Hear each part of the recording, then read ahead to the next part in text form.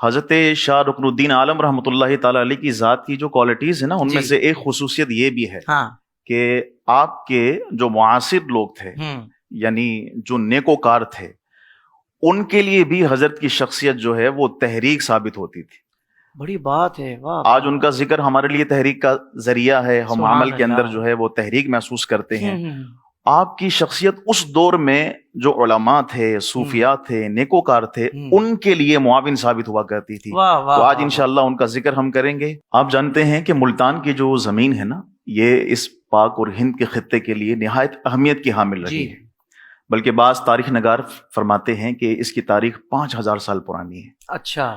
اور اس خطے کے اندر ملتان کی اہمیت کا اندازہ آپ اس بات سے لگائیں کہ یہاں پر بڑے بڑے جتنے بھی عمراء اور سلاطین گزرے ہیں، ان کا مرور اور گزرنا یہاں سے ضرور ہوا تھا. واہ واہ واہ واہ.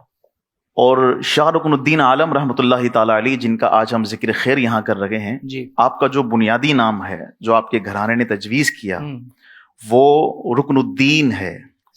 اور آپ کی جو ولادت باسعادت ہے وہ 649 سنہ ہجری میں ہوئی ہے. 9 رمضان المبارک کو آپ پیدا ہوئے. آپ کی جو والد محترم ہیں حضرت عارف باللہ صدر الدین عارف رحمۃ اللہ تعالی. اللہ اکبر. اچھا، ان کا خود بھی اپنا ایک بہت بڑا بیک گراؤنڈ ہے. یعنی صدر الدین عارف رحمۃ اللہ تعالی علیہ کے جو والد محترم ہیں وہ شیخ بہاؤدین زکریا ملتانی رحمۃ اللہ تعالی علیہ. واہ واہ واہ واہ واہ، سبحان اللہ. اور شیخ بہاؤدین زکریا ملتانی رحمۃ اللہ تعالی علیہ کا خاص اس خطۂ ہند کے اندر کیا کردار رہا، یہ آپ کبھی پاک پتن کے بابا فرید صاحب سے پوچھئے، کبھی صاحبان کے قلندر صاحب سے پوچھئے، کبھی دلی کے راجہ خواجہ نظام الدین اولیاء سے پوچھئے، کیونکہ بڑوں کی بات بڑوں سے پوچھی جائے گی. کیا کہنے ہیں. اس گھرانے کی جو خاص اس خطے کے اوپر رحمت اور برکات ہیں، تو ان کے اندر ایک بہت بڑی برکت شاہ رکن عالم رحمۃ اللہ تعالی علیہ بھی ہے. سبحان اللہ. آپ کا جو سلسلہ نسب ہے، آپ قریشی الاسدی ہیں. صحیح. قریشی ہیں.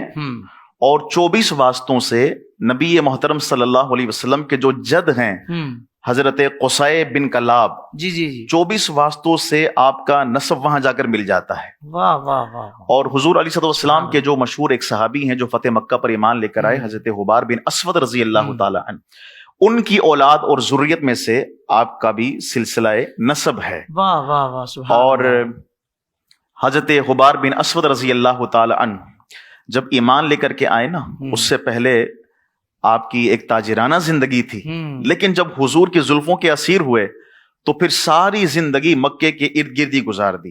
خانہ کعبہ کے جسے مجاور انسان ہو جاتا ہے، اس انداز میں خانہ کعبہ کے آس پاس زندگی ساری گزار دی.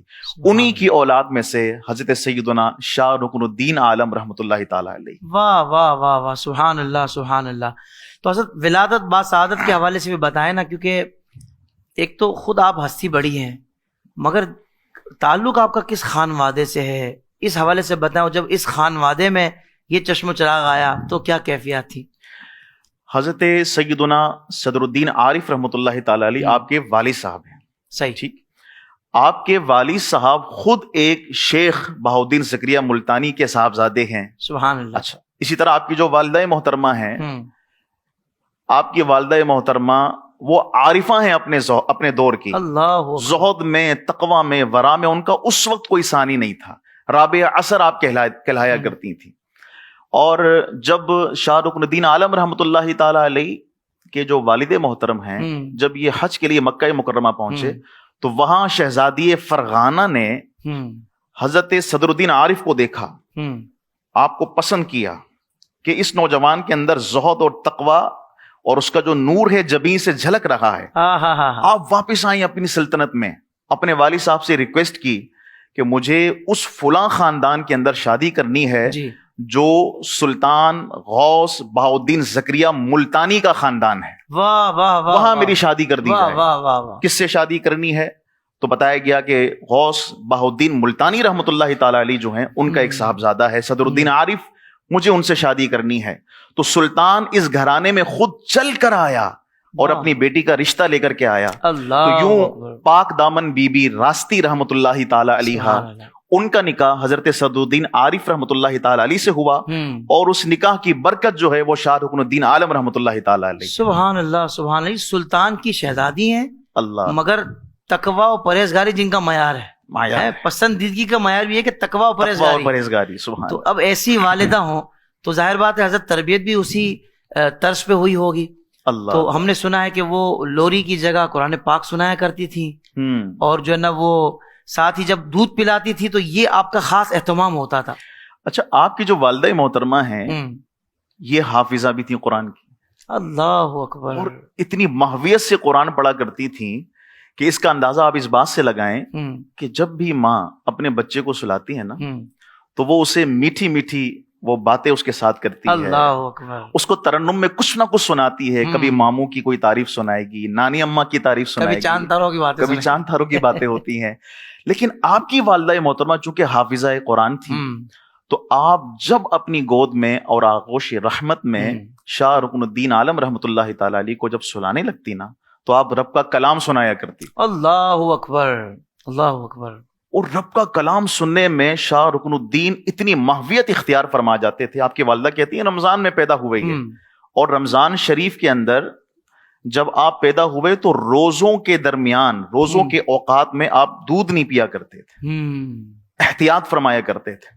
اور آپ کی والدہ ماجدہ وہ فرماتی ہیں کہ جب یہ اذان کی آواز سنتے تھے نا تو جیسے ہی رب کا کلام سنتے تو توجہ ہر جگہ سے ہٹ جاتی تھی. غذا سے خوراک سے توجہ ہٹا کر وہ محویت کے ساتھ وہ اللہ کے نام کو سننے لگ جاتے تھے. اللہ اکبر اللہ اکبر. ہر ماں کی آغوش اس کے بچے کے لیے سب سے پہلا اسکول آف تھاٹ ہوتا ہے, اسکول ہوتا ہے, تربیت کی جگہ ہوتی ہے. آپ کی والدہ یہ نہیں چاہتی تھی کہ خلاق عالم سے میرے بچے کی توجہ ہٹ جائے.